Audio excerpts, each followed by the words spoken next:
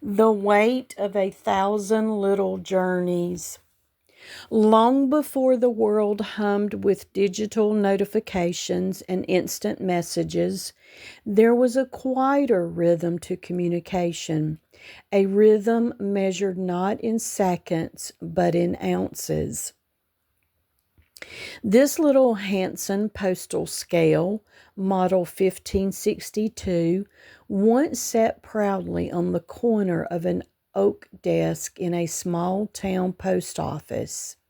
It wasn't a grand building, just a brick square with a squeaky screen door and a bell that chimed whenever someone walked in.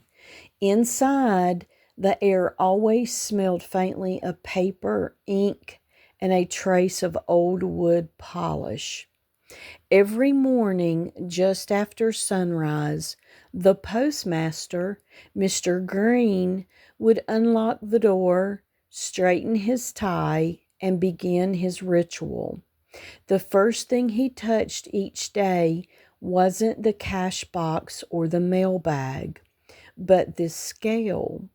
Its cream-colored body had softened with time, and the black platform bore tiny marks from decades of envelopes and small parcels.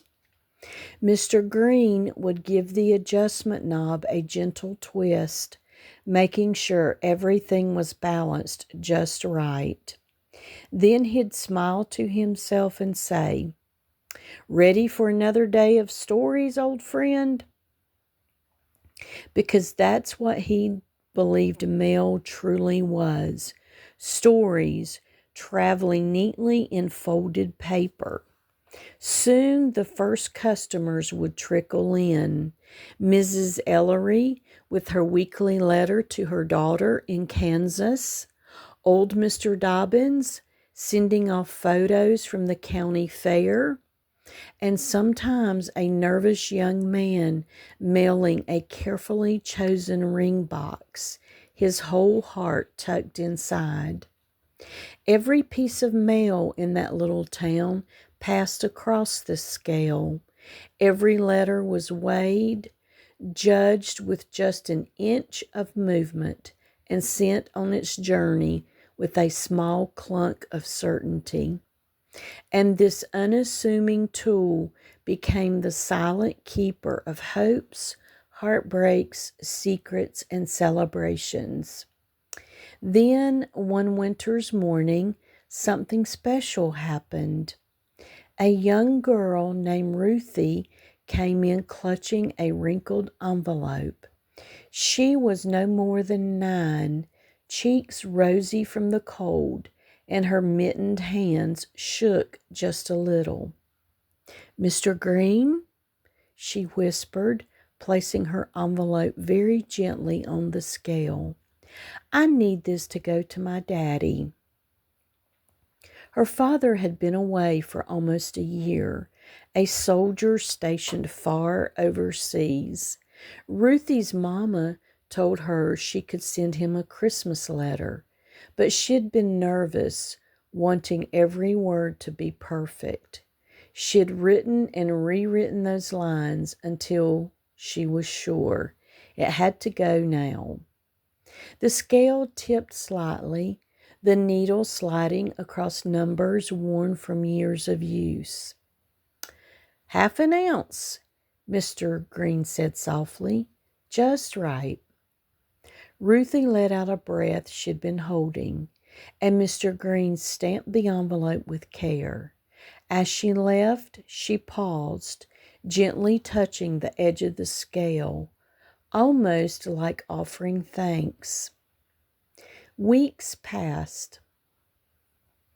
Then, on a bright January afternoon, a letter arrived addressed simply, "To the kind man at the post office who helped my little girl."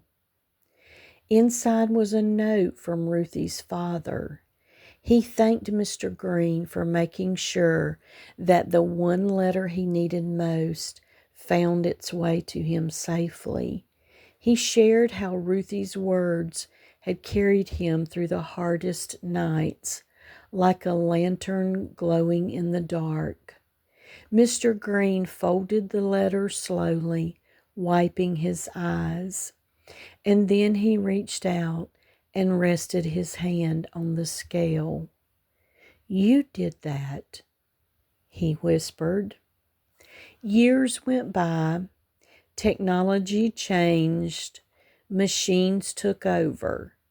The little postal scale was retired, replaced by slick electronic ones.